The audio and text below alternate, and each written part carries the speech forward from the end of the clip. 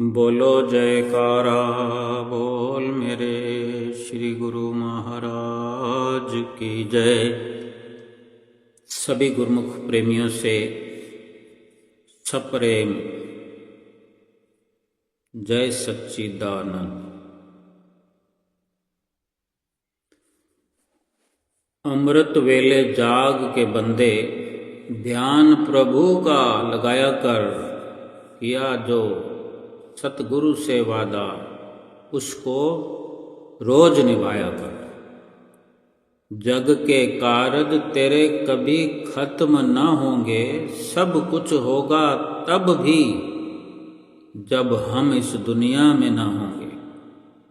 श्वासों की कीमत को पहचान ले बंदे, वक्त बीत रहा है मगर खाली हाथ हैं हम। अभी पूरा का पूरा साल 2024 व्यतीत हो गया। कितना हमने श्वासों की कीमत को जाना, कितनी श्वासों की कदर की। वक्त तो बीत रहा, संसार के कार्य 2024 में भी हम पूरे नहीं कर पाए, 2025 में भी पूरे नहीं होंगे। लेकिन जो अहम कार्य है, जो वक्त जरूरत आत्मा के काम आने वाला लाभ है, वो तो हम सतगुरु से वादा कर चुके, लेकिन वादा करके भूल गए।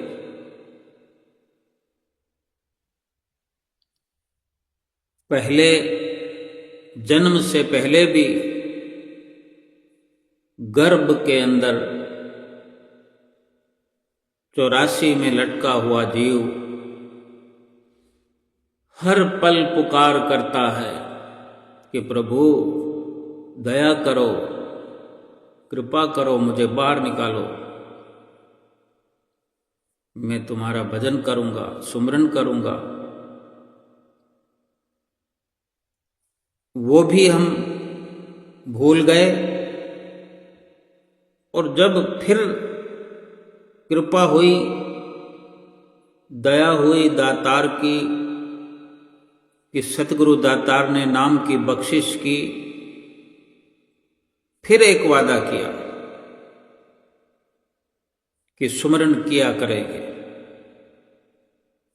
फिर भी हम भूल कर रहे हैं, भूल रहे हैं, सुमरन को छोड़ रहे हैं, सुमरन की कदर नहीं कर रहे हैं, श्वासों की कदर नहीं कर रहे हैं। और वक्त तो बीतते चला जा रहा है। कोई एक साल ये थोड़ी हमने व्यतीत किया है, जाने कितने साल ऐसे गंवा दिए। और हर साल के बीतने पर, नए साल के आने पर खुशियां तो बहुत मनाई, लेकिन क्या खुशी वाला काम भी हमने किया कि ऐसा कार्य हमने किया हो कि प्रभु देख करके खुश हो जाए, प्रसन्न हो जाए कि वाकई हमने खुशी मनाने जैसा कार्य किया है। हर अंत एक नई शुरुआत का आगाज लेकर आता है। यूं तो एक दिन जीवन हमारा रहेगा ही नहीं, हमारे जीवन का अंत होगा, शरीर का अंत होगा। केवल एक शरीर के छूटने मात्र से कितने काम रुक जाएंगे संसार के, जो आज हम जरूरी समझते हैं। इतना जरूरी समझते हैं कि इस संसार के कामों को जरूरी समझ करके जो सही मायने में जरूरी काम है उसको छोड़े बैठे हैं, उसमें लापरवाही बरत रहे हैं, उसमें कोताही बरत रहे हैं।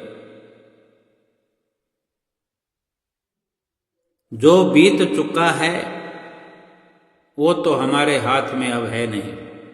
वो चला गया। जो जा चुका है वो अब हमारे हाथ में तो उसका कोई और छोर नहीं है,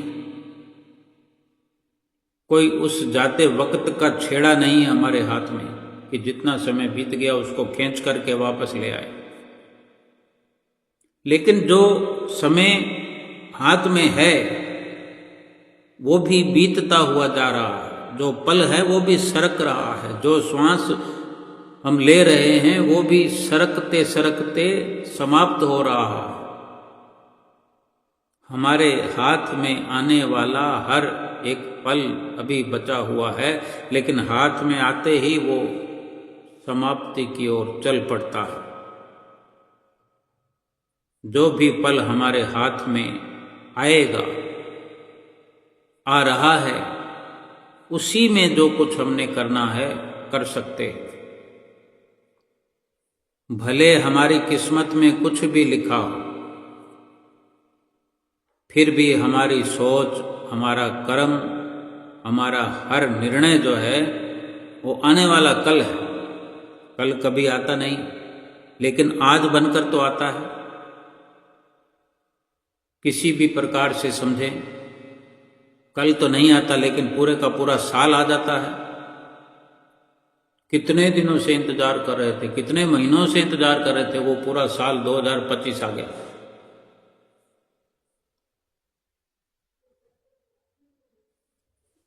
हर पल जो आने वाला है वो किसी भी रूप में आए, लेकिन वो हम जिस प्रकार से बनाना चाहें उस पल को हम बना सकते हैं। उस पल को अपनी किस्मत बना सकते हैं, अपना मुकद्दर बना सकते हैं। पहले की लिखी हुई किस्मत में कुछ भी लिखा हो, फिर भी इन पलों के माध्यम से कुछ ऐसे उत्तम कर्म करके उन लिखे हुए पलों को बदल सकते। वो लिखा हुआ फैसला भी हमारा ही किया हुआ कर्म था। अब जो जिस पल में जो कुछ भी हमारी ओर से निर्णय, कर्म, विचार किया जाएगा वो भी हमारी मर्जी से ही लिखा जाएगा। कहने को तो हर कोई कह देता है, जो भगवान चाहेगा वही करेगा, जो भगवान ने हमारी तकदीर में लिखा है, जो हमारे लिए भगवान ने निर्धारित किया है। लेकिन इसमें कितनी सच्चाई है? क्या हमारा भाग्य लिखने में भगवान स्वतंत्र है? परमात्मा स्वतंत्र है हमारा भाग्य लिखने में? वो जैसे मर्जी चाहे लिखता है, किसी का कुछ लिख देता है। ये उसकी अपनी मर्जी है। एक बार विचार करें, क्या परमात्मा भेदभाव करता है?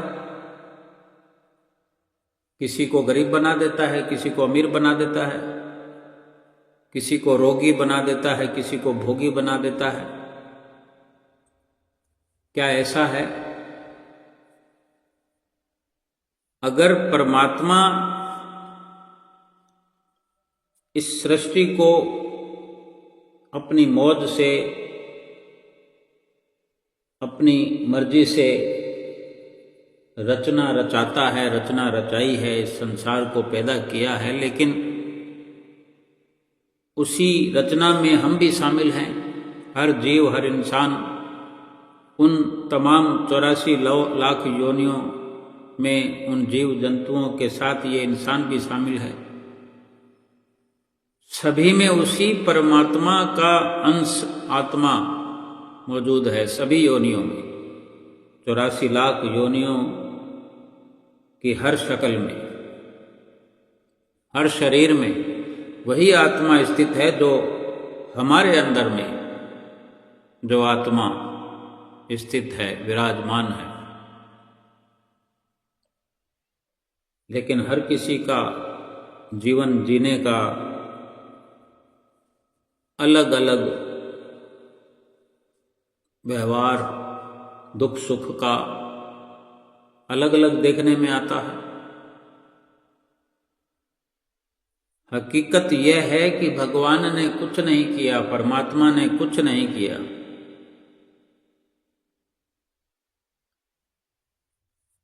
जो हम करते हैं, हमें जो कुछ करने के लिए स्वतंत्र करके भेजा है, हम अपनी स्वतंत्रता से जो कर्म करते हैं, जो बीज बोते हैं अपने जीवन रूपी खेती में, कर्मों रूपी बीज बोते आए हैं, बो रहे हैं, वही फिर फलते फूलते हैं और हमारा प्रारब्ध बनते हैं।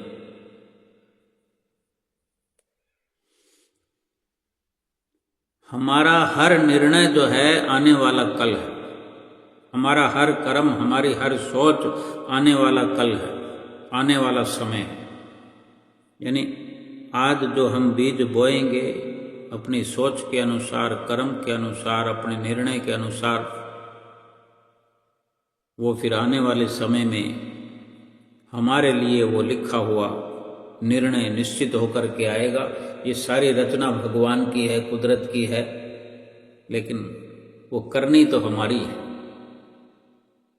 अगर परमात्मा सबकी तकदीर लिखने वाले होते तो किसी के लिए दुख या किसी के लिए गरीबी, किसी के लिए साधनों का अभाव नहीं लिखते, क्योंकि हम सब, सारी दुनिया, सृष्टि का हर एक इंसान, हर एक योनि, 84 लाख योनियों भी, मनुष्य योनियां भी, हर गरीब, हर अमीर, उनमें स्थित आत्मा जो है वो उसी परमात्मा की अंश है। और हर कोई अपने कर्मों के अनुसार ही, कोई कम है, कोई ज्यादा है, कोई सुंदर है, कोई कुरूप है, कोई अमीर है, कोई गरीब है, कोई सुखी है, कोई दुखी है, कोई 2 वक्त की रोटी के लिए मुश्किल दौर से गुजरता है, गुजर रहा है, कोई सर्दी जैसे मौसम में बाहर सड़क पर रात गुजारने को मजबूर है, कोई मखमली गदों पर सो करके रात व्यतीत करता है। बेशक वो चिंता से भरपूर होकर रहता हो, लेकिन सब कुछ व्यवस्था जो है हमारे कर्मों के अनुसार ही परमात्मा करता है। हमें केवल ये सोचना है, ये विचारना है कि ये पूरा साल जिसका अंत हो गया है और नया साल आ गया है, पुराने साल का अंत एक नई शुरुआत लेकर आया है, नई शुरुआत का आगाज करने आया है, कर चुका है। बीते हुए को, बीत गए को याद करने की या फिक्र करने की, चिंता करने की जरूरत अब नहीं है, क्योंकि कुछ होगा नहीं। लेकिन आने वाले हर पल का हम बड़े अच्छे से इस्तेमाल कर सकते हैं। उसके बदले में चाहे तो प्रभु के साथ मिल सकते हैं, उस परमात्मा के साथ मिल सकते हैं जिस परमात्मा के हम अंश हैं, और या फिर 84 लाख योनियों में चले जाए,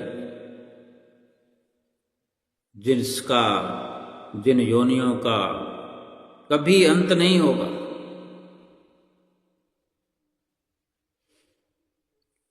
हर एक योनि दुखों से ग्रसित, दुखों से हमें निजात दिला पाने में मजबूर खड़ी नजर आएगी, किसी भी योनि में अवसर नहीं मिलेगा कि हम सुख का श्वास ले लें। हमें जो भजन सुमरन के लिए एक अवसर दिया है सतगुरु ने, हमने वादा किया है कि हम भजन सुमरन करेंगे। हम रोज करते हैं वादा, क्योंकि हमारे सतगुरु श्री गुरु महाराज जी, हुजूर सतगुरु दाता दयाल महाराज जी बड़ी रहमत बरसा रहे हैं, बड़ी दयालुता दिखा रहे हैं।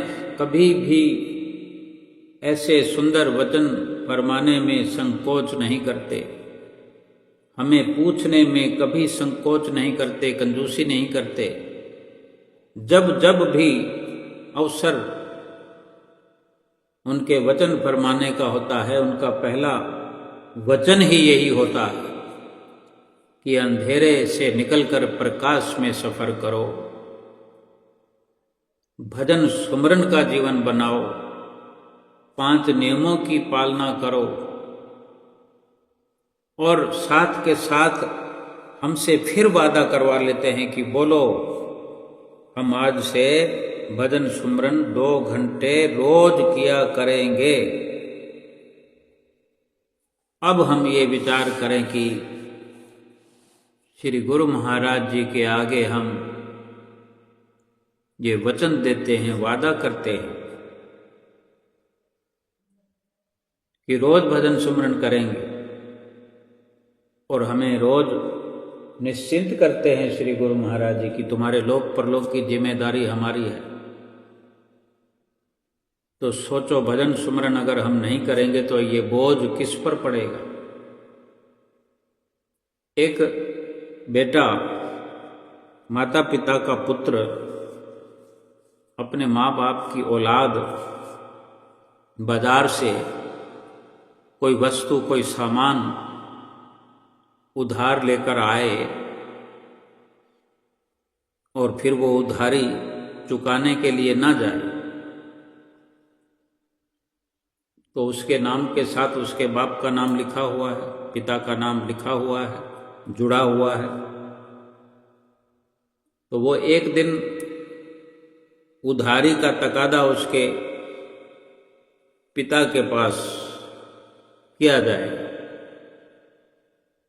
फिर वो उधारी अपने बेटे की वो बाप चुकाएगा ही चुकाएगा। अब हम विचार करें कि हमारे सतगुरु जो हैं परम पिता हैं, हमारी आत्मा के पिता हैं, परमात्मा हैं। हम सबने जो नाम ले लिया है, तो हमें भी ये विचार करना पड़ेगा, गहराई से समझना पड़ेगा। हम अपने सतगुरु को पिता समझते हैं, परम पिता समझते हैं, सच्चा पिता समझते हैं, आत्मा के पिता समझते हैं। तो उनके साथ किए हुए वादे को पूरा करना पड़ेगा। हमारा ये फर्ज है कि उनके साथ मिलकर उनकी संगत सोबत का एहसास करते हुए, उनके सुंदर स्वरूप का ध्यान करते हुए सुमरन करके अपने वादे को पूरा हर हालत में करना है, ना कि हम उनका बोझ बढ़ाएं। अगर हमें सतगुरु की प्रसन्नता प्राप्त करनी है तो उनकी ओर से जो हमारे लिए फरमान है, जो आदेश है, उसको सत्य सत्य करके मानने की जरूरत है। क्योंकि तभी हम भी ये अपने अंदर हर वक्त अनुभव कर सकेंगे कि हमारे सिर पर सतगुरु का हाथ है, सतगुरु हमारे अपने।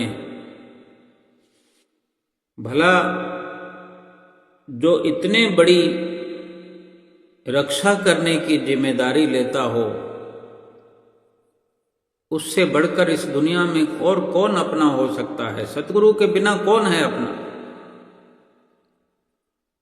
सारी दुनिया में नजर डाल करके देखें, सारी दुनिया पर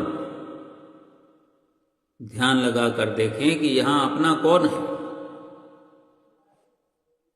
और अपना कहते किसे हैं? अपना तो वही होता है जो यहां भी अपना हो, इस जीवन में भी अपना हो, मरने के बाद भी अपना हो। यानी ये शरीर के होते हुए भी हमारे साथ हो, शरीर के छूटने के बाद भी हमारे साथ हो। इस दुनिया में कोई ऐसा नहीं है कि शरीर छूटने के बाद कोई हमारे साथ चल सकता हो, हमारा साथ निभा सकता हो। तो ये भी निश्चित है कि जो शरीर छूटने पर हमारे साथ नहीं होता, वो आज भी हमारे पास हमारे साथ नहीं है। केवल हमारा ये भ्रम है कि वो मेरा अपना है, ये रिश्ते नाते जो हमने बना रखे हैं, केवल भ्रम में हम जी रहे हैं। वो तो हमारे जीते जी हमें आंख दिखा देते हैं, हमारे जीते जी ही हमें छोड़कर चले जाते हैं। बाद मरने के, शरीर छूटने के हमारी क्या सहायता करेंगे?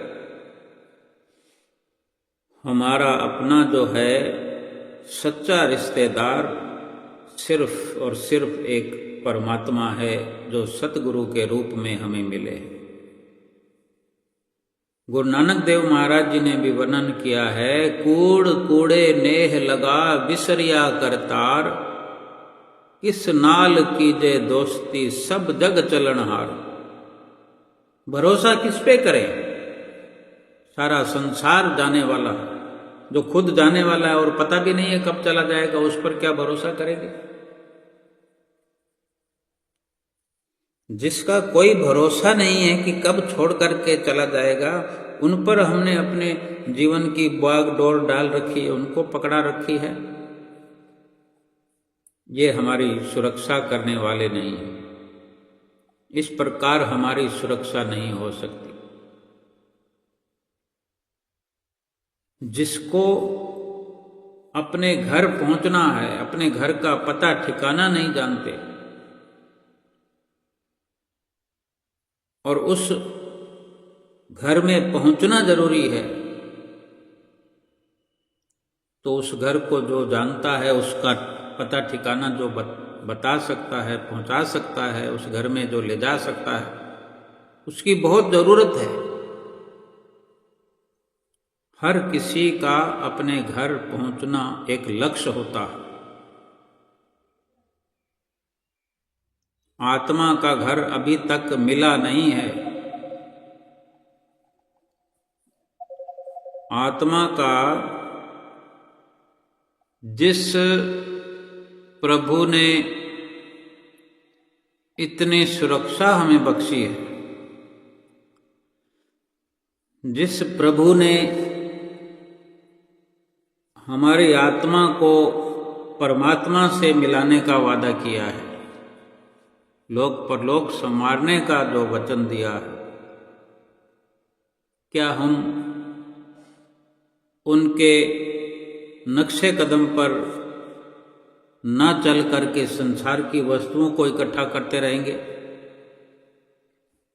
परमात्मा से परमात्मा को मांगने की बजाय हम संसारिक वस्तुएं ही मांगते रहते हैं।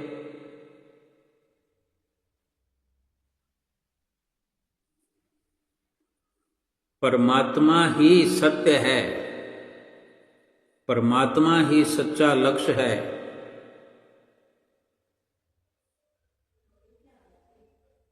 लेकिन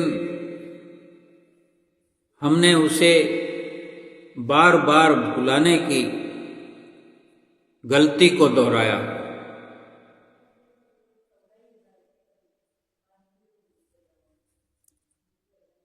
संसार में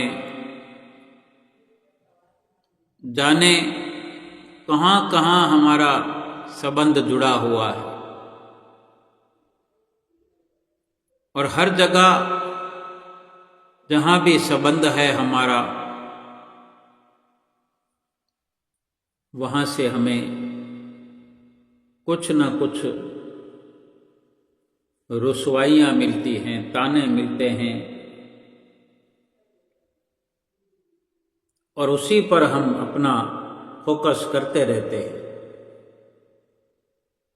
कि हमें उसने ये कह दिया, हमें उसने ये कह दिया, हमसे उसने ऐसा व्यवहार किया, हमें ये उम्मीद नहीं थी, ये उसने ठीक नहीं किया।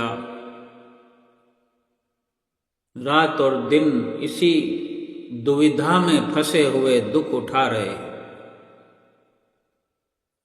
और सतगुरु की जो हमारे लिए हिदायत है, उस पर अमल करने में लगातार आलस और प्रमाद हम करते रहे। अगर विचार करें कि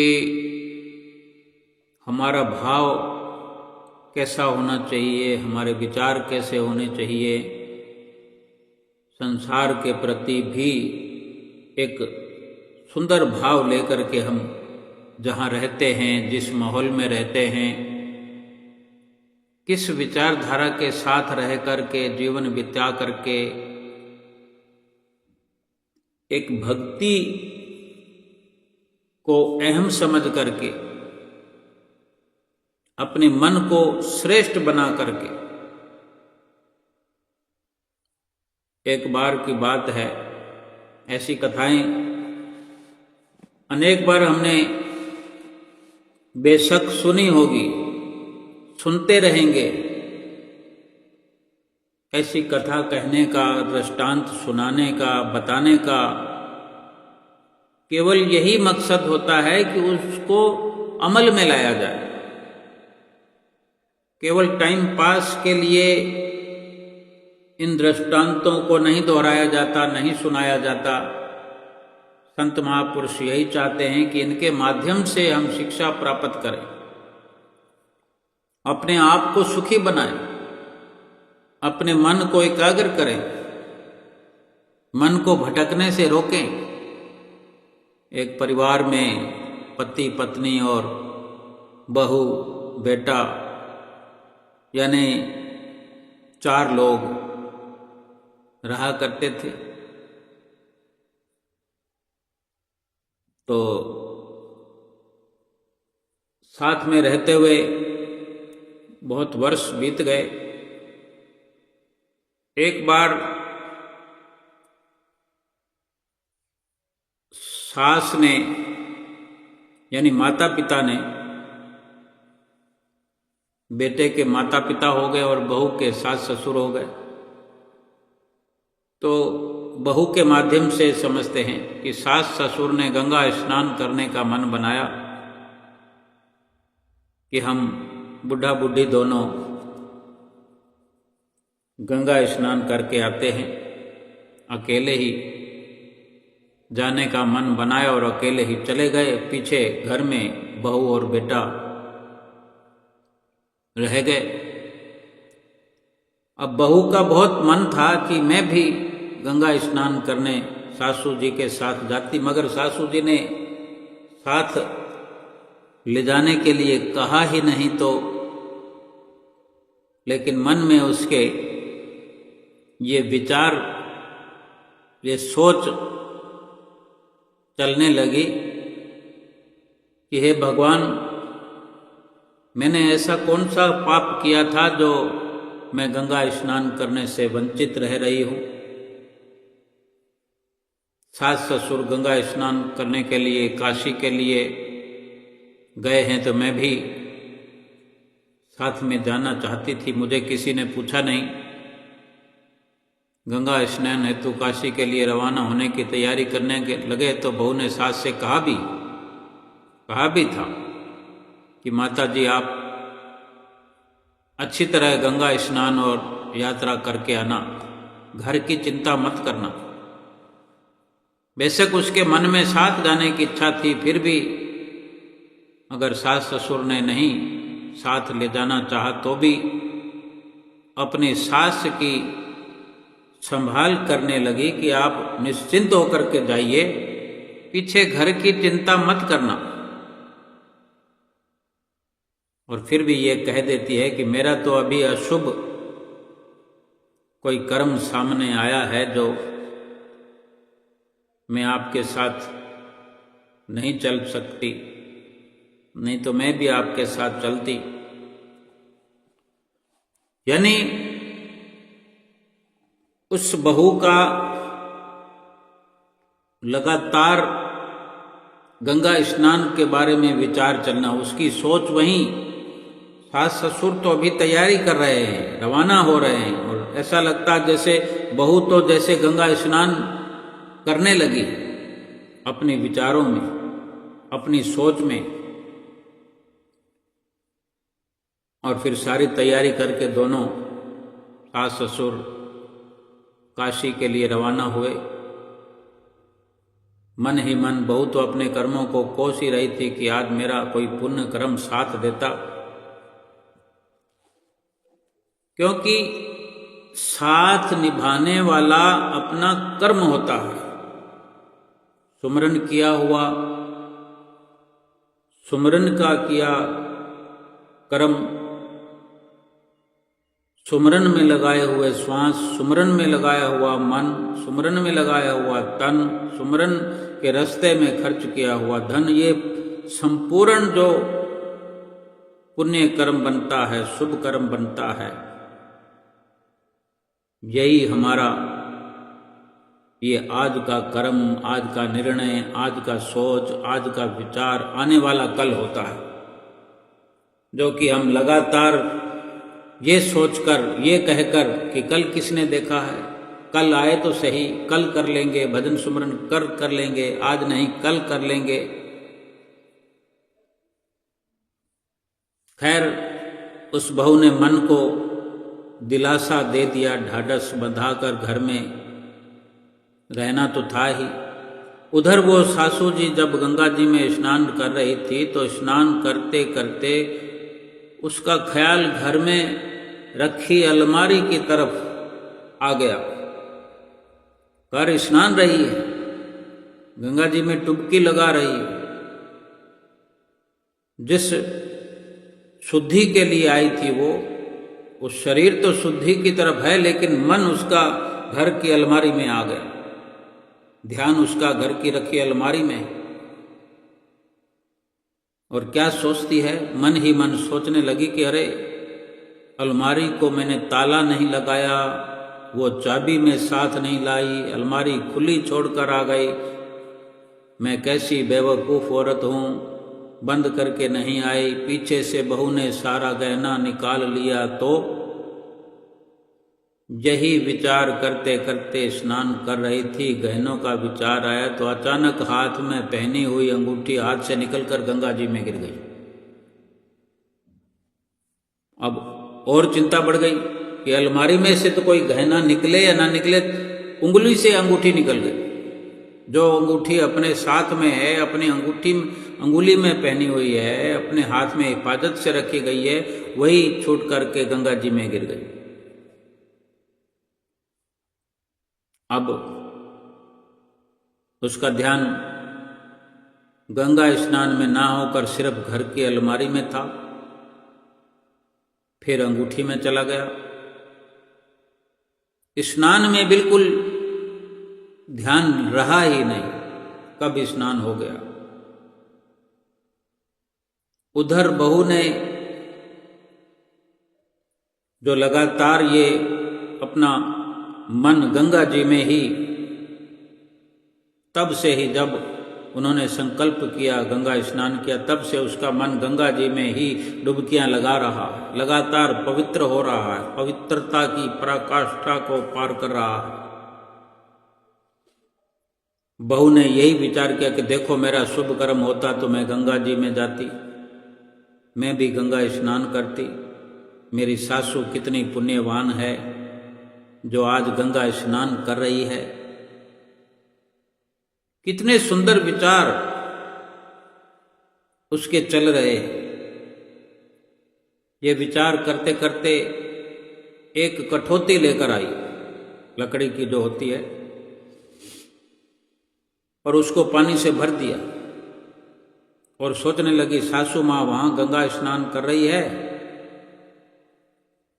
और मैं यहाँ कटौती में ही गंगा स्नान कर लूं। मैं इसी को गंगा समझ के इसमें स्नान कर लेती हूँ।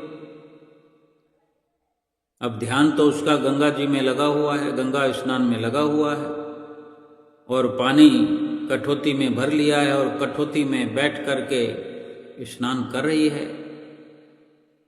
ये विचार करके जैसे ही कठौती में बैठी तो उसके हाथ में सासू माँ के हाथ वाली अंगूठी जो वहाँ हरिद्वार का गंगा जी में गिरी थी स्नान करते हुए, वो अंगूठी निकली वहाँ उसकी उंगली से, सासू की उंगली से, और हाथ में यहाँ बहू के आ गई। ये उसका भाव था कि जिस कठौती में पानी भरा उसको गंगा का पानी समझकर ही उस कठौती में बैठ कर के गंगा में बैठने का अनुभव कर रही है, ख्याल कर रही है, गंगा जी में स्नान करने का लाभ महसूस कर रही है। तो कोई फर्क नहीं कितना फासला था गंगा जी का उसके घर का, वो गंगा जी में गिरी हुई अंगूठी उसके हाथ में आ गई। पूरी गंगा को जैसे ने उसने अपनी कठौती में भर रखा है और अपने घर में जैसे गंगा आ गई। वो अंगूठी जो उसके हाथ में आई तो विचार करने की लगी कि ये अंगूठी यहाँ कैसे आई। ध्यान गंगा से टूट गया, अंगूठी के बारे में सोचने लगी कि ये तो सासू माँ पहन करके गई थी। इतना सब करने के बाद उसने उस अंगूठी को सोच विचार करके अलमारी में रख दिया, सुरक्षित रख दिया, और कहा कि सासू माँ के आने पर उनको दे दूंगी। अब वो समझ तो नहीं पाई कि यहाँ कैसे आई, ये भी वो जानती है कि वो पहन कर गई थी। और उधर गंगा स्नान और सारी यात्रा करके सासू जब लौटी तब बहू ने आते ही सास से पूछा, उनकी कुशल यात्रा के बारे में, गंगा स्नान के बारे में पूछा।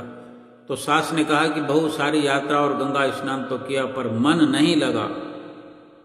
बहू ने कहा क्यों माता जी, मैंने तो आपको ये कहकर भेजा था कि आप इधर की चिंता मत करना, घर की चिंता मत करना, मैं सब अपने आप संभालूंगी। सास ने कहा कि बहू गंगा स्नान करते करते पहले तो मेरा ध्यान घर में रखी अलमारी की तरफ गया, और जो ही स्नान कर रही थी कि मेरे हाथ से अंगूठी निकलकर गंगा जी में गिर गई।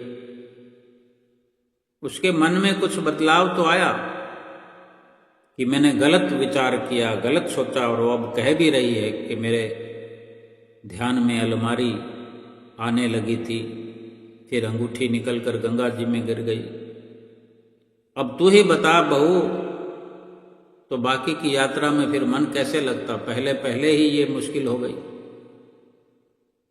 माँ इतनी बात बता ही रही थी कि बहू उठ करके अपनी अलमारी में से वो अंगूठी निकालकर सास के हाथ में रखकर बोली कि माँ आप इस अंगूठी की बात कर रही हैं।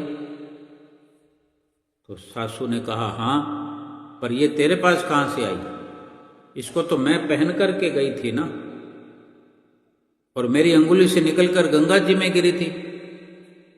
तो बहू ने जवाब देते हुए कहा माँ जब आप गंगा स्नान कर रही थी तो मेरे मन में आया कि देखो माँ कितनी पुण्यवान है, सासू मेरी कितनी पुण्यवान है जो आज गंगा स्नान के लिए गई है, और मेरा कैसा अशुभ कर्म, कोई पाप कर्म आगे आ गया जो मैं जा नहीं सकी। इतना सब सोचने के बाद मैंने ये विचार किया कि क्यों ना मैं भी यहीं पर कठौती में पानी डालकर उसको ही गंगा समझकर गंगा स्नान कर लूँ।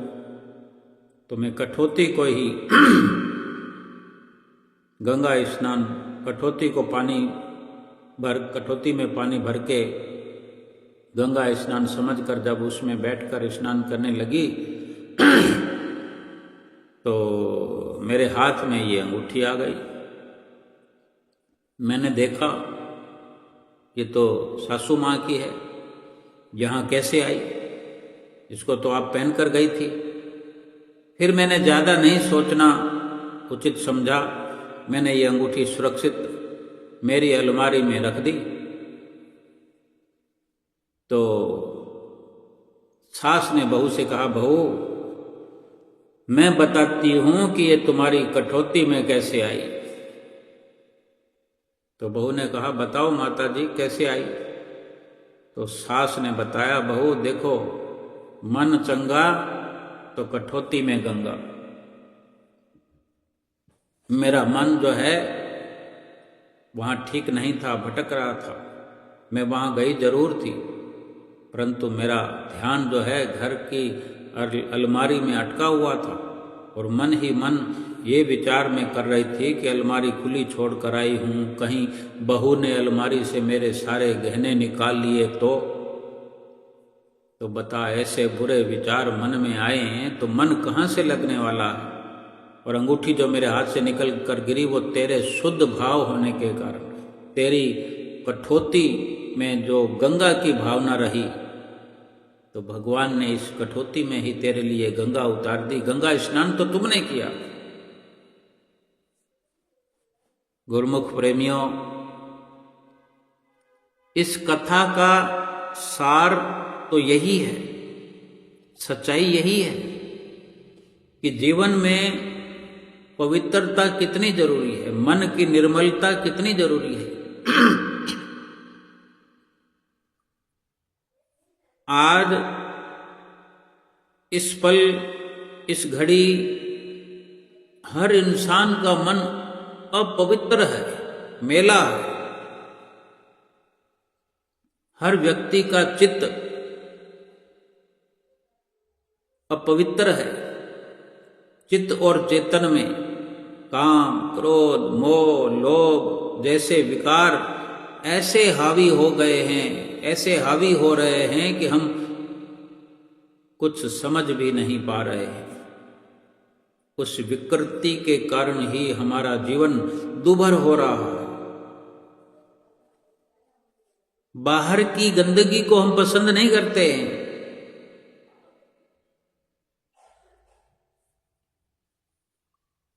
यानी बाहर की गंदगी जो इन आंखों से दिखती है,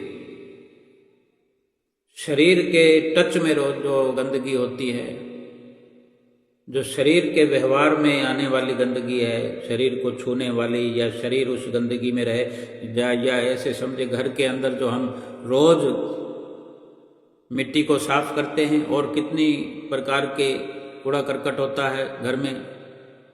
कुछ खाते हैं, खाना बनाते हैं, रसोई का कचरा है, चाहे वो साग सब्जियों के छिलके भी उतरे हुए क्यों ना हो। और बहुत कम सदस्य घर में रहते हैं, कोई विशेष कचरा या मिट्टी दिखाई भी नहीं देता, लेकिन हमें ये यकीन होता है कि कचरा तो है। यानी झाड़ू और पोछा रोज का रोज लगता है। झाड़ू ठीक से ना लगे तो उस पर भी गौर करते हैं, और झाड़ू लगने के बाद पोछा ठीक ना लगे तो कई बार दोबारा घुमा देते हैं कि पोछे के कहीं लेपड़े लगे हुए हैं, दिखाई दे रहा है,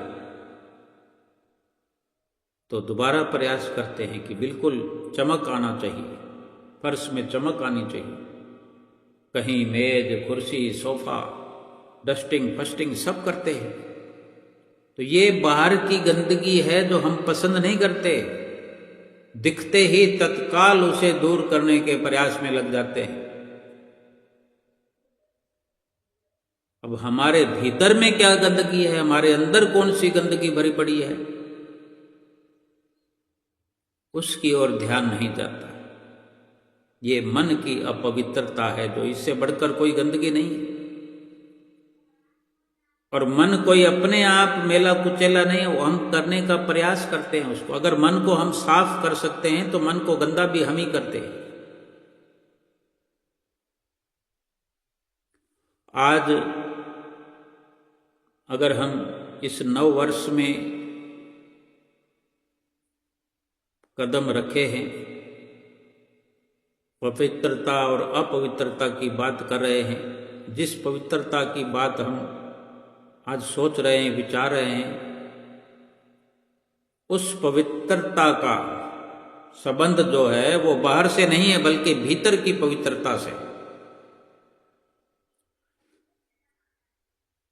कि अगर मन हमारा चंगा हो तो घर बैठे भी हम गंगा स्नान कर सकते हैं।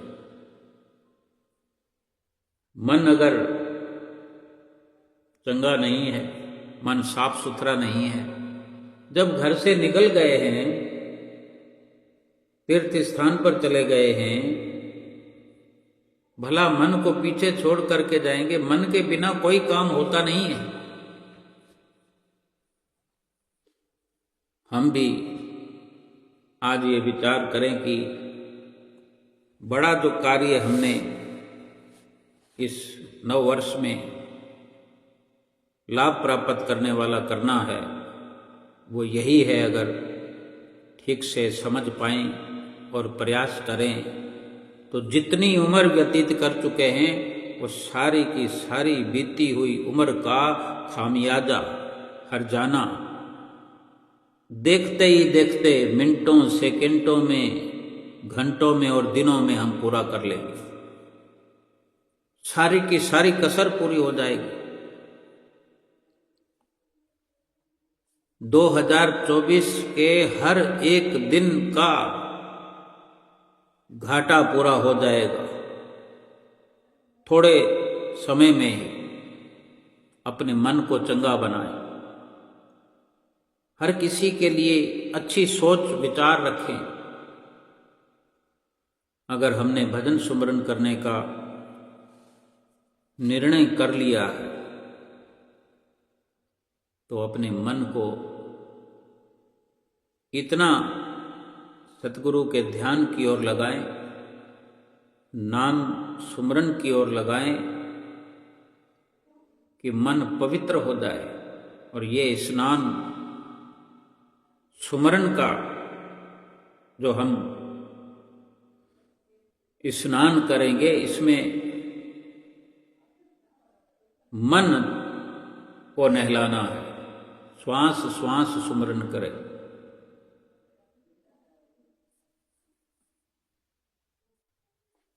बाहर का स्नान जो है हम शरीर को करवाते हैं, मन को कंट्रोल नहीं कर पाते।